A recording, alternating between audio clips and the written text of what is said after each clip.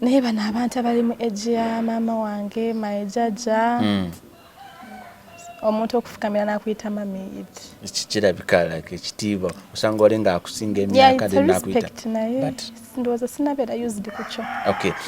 Wafunako chansi erabako ku mugenzi omusumba nga tanagenda mwasinkanako n'omulabako yakitegeera nti wooli oba yamanya nti wendi nga like mbanga within period gye yategeera nti wooli nti gwe mukwano gwa mutabani we kale.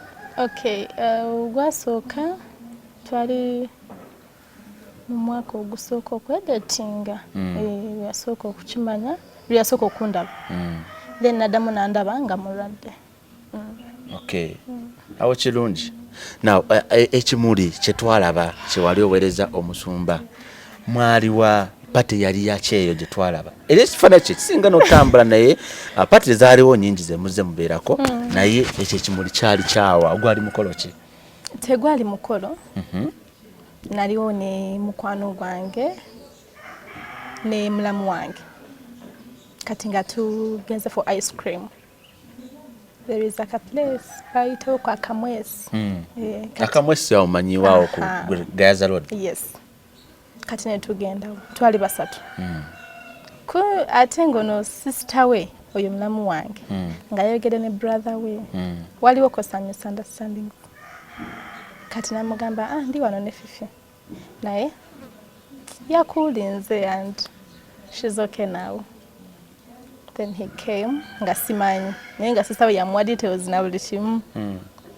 He came nangamba he's sorry and of course someone you love already naina musonyiye yongera kukudobooza oba kugenda likendera mpola. Okay, someone you love already naina musonyiye naye ndowooza nga tamanyi nti namusonyiye. So he came, he said sorry ne mugamba no nabivuddeko dda bwe yajja kozi gwe komuwa ekimuli yakireeta nakikuwa n'omuwa haga waliwo n'eri haga gye mwekuba wali mu kituuti naye bannange mwekuba haga olwo embaga kati yatandise okutabuka egenda kubeera batandise okusaawa wadde egenda lwaki embaga mwagitadde wala mu November 23rd November omwaka ogujja si wala ffe tuba tulinze kati olwedde twakyamusa edda tuba tulinze nga mu January awo mu Feb tuli mu mood nawe kenyine era oli mu mood mwendi kati embaga eyo twagala twetegeke ekimala mu mbeera eza bulijjo ne mu ssente tetulina ssente tuba tulina okusonda mpola mpola. Okay. Omwami okuba nti musumba asinkana abantu bangi of course abamu bajja for counseling tofunamu n'okutya nti bannange olulenzi lwange bannange ti kyaliwoko edda 3 years ago. Ekivaawo kati waguma? Edda nalina insecurities myaka nga 3 mabega nga ngamba naye kati kati waguma? Nonti naguma tasobola. Okay, you're faithful to each other. That's good. Bwoba ogyeko ministry nti muli mu buweereza what else do you do? Omuntu matu tuba twagala kumanya kati nganze bwe mba sirimu bino ebyamawulire anyene ka business kanga akeyeye kebidongo byembeere mu mikolo n'ebirala omuntu aba ayagala kumanya just nga toli mu business oba project sizobeera kize mukola eza church gwe kati ng'omukyala w'omusumba. Okay, ye ali so bintu bya church nenga bogambe side businesses eyo eyange neyiye. I'm always there ku nsonga z'abaana. Good. I told you tuyina abaana. Ndi so mucho kuba he's a man and tafuna bulungi time.